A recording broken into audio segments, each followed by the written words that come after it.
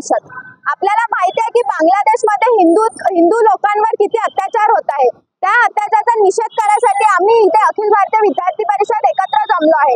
तिथे आपल्याला माहिती आहे की जे सगळे हिंदू आहेत त्यांच्यावर किती अत्याचार होत आहे। त्यांना न्याय मिळण्यासाठी आम्ही एक हे घेतो की त्यांना न्याय मिळाला पाहिजे। त्यांच्यावर जे अत्याचार होतात ते थांबले पाहिजे।